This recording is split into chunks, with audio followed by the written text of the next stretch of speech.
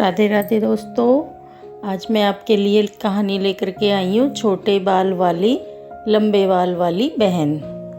जड़ी बूटी ले लो, बाल बढ़ाने वाली जड़ी बूटी, सिर्फ 5 रुपए में।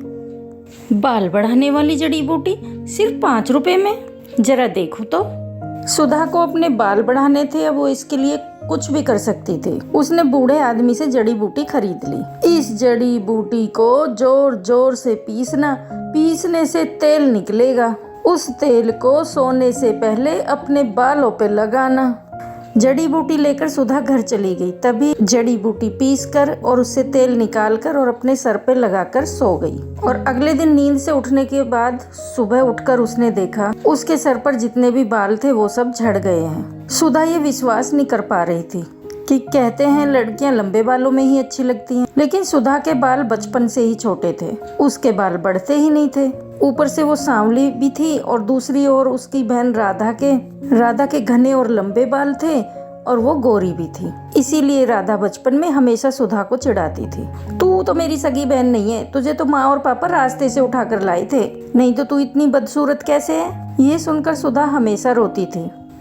माँ पापा देखो ना, राधा क्या बोल रही है, माँ पापा देखो ना। राधा और सुधा की माँ समिता कहती थी, रो क्यों रही है सुधा, राधा ने कुछ गलत तो नहीं कहा।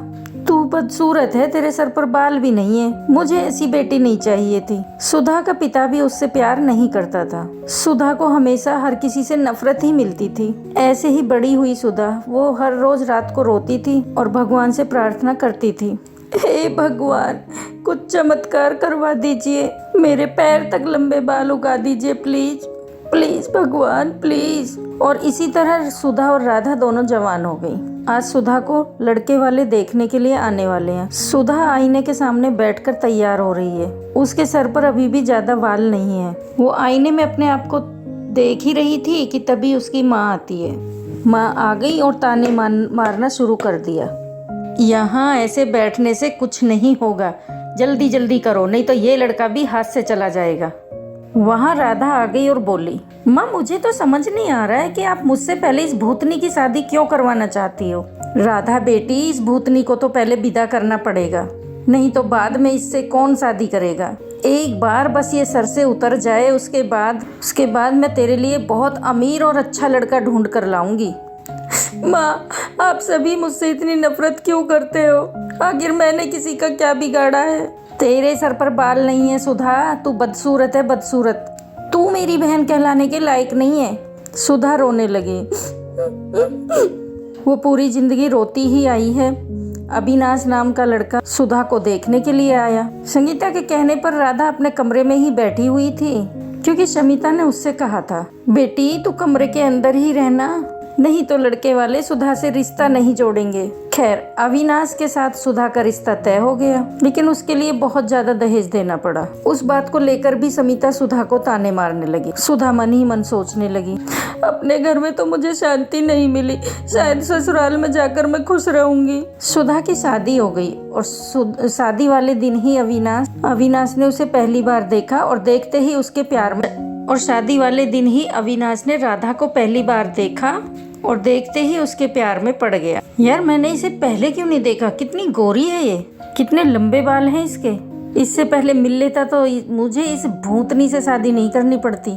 लेकिन अब कुछ नहीं हो सकता था। सुधा अविनाश के साथ ससुराल चली गई और ससुराल पहुंचते ही सुधा की सास विमला ने उसको हजारों काम थमा दिए। रसोई जाओ और सारे बर्तन मांजो, उसके बाद खाना बनाओ और उसके बाद पूरा घर साफ करो।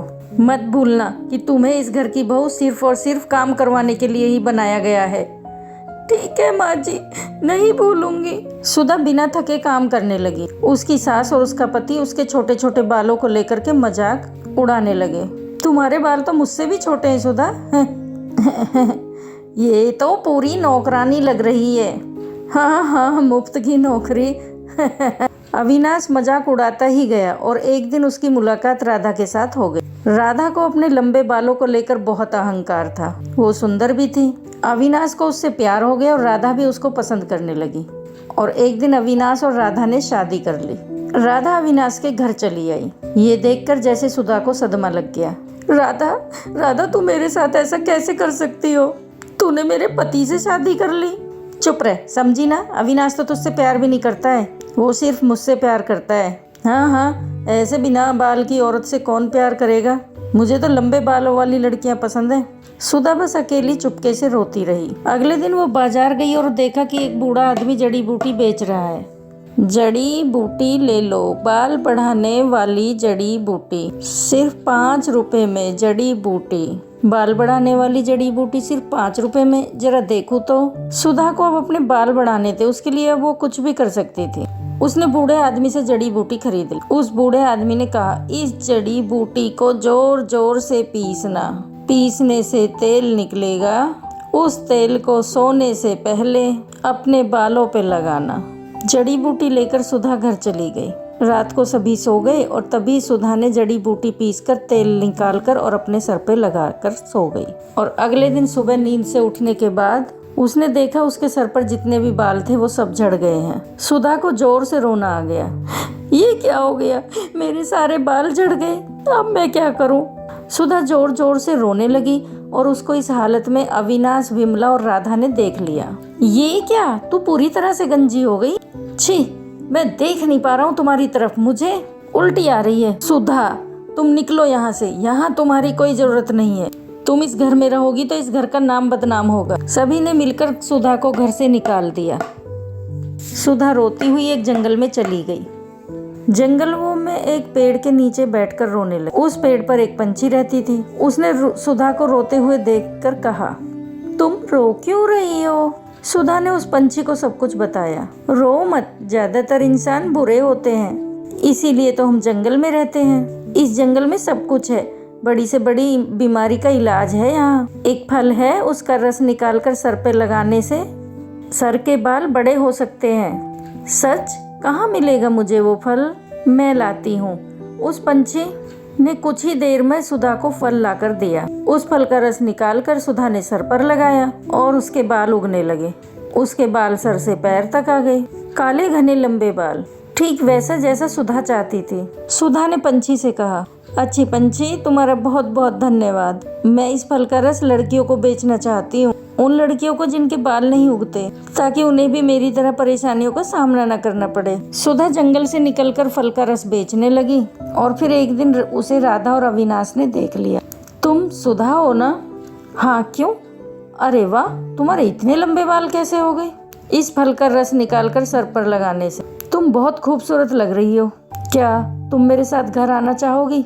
ये सब देखकर और सुनकर राधा को जलन हो रही थी। उसने फल का रस लिया और पूरी बोतल अपने सर पर डाल ली, लेकिन उससे असर उल्टा हो गया। उससे उसके सारे बाल झड़ गए और वो गंजी हो गई। ये क्या हुआ मेरे साथ, मैं गंजी हो गई? बहुत अच्छा हुआ, यही लालच का नतीजा है। बचपन से आज तक तूने मुझे चैन से जीने नहीं दिया, अब देख कैसा लगता है। और हाँ विनाश, मैं फालतू लोगों के साथ नहीं रहना चाहती, तुम रहो अपनी पत्नी के साथ। राधा का अहंकार मिट्टी में मिल गया। अविनाश को भी गंजी राधा के साथ ही रहना पड़ा और फल का रस बेच बेच कर सुधा बहुत अमीर बन गई। चारों तरफ उसके बाल के चर्चे होने लगे और वो खुशी खुशी जिंदगी बिताने लगी। तो दोस्तों, कैसी लगी आपको हमारी कहानी? कमेंट बॉक्स में ज़रूर बताना। और अगर आप हमारे चैनल पर नए हैं तो चैनल को सब्सक्राइब कर लेना, लाइक करना, दोस्तों के साथ शेयर करना बिल्कुल नहीं भूलना। जय श्री राम।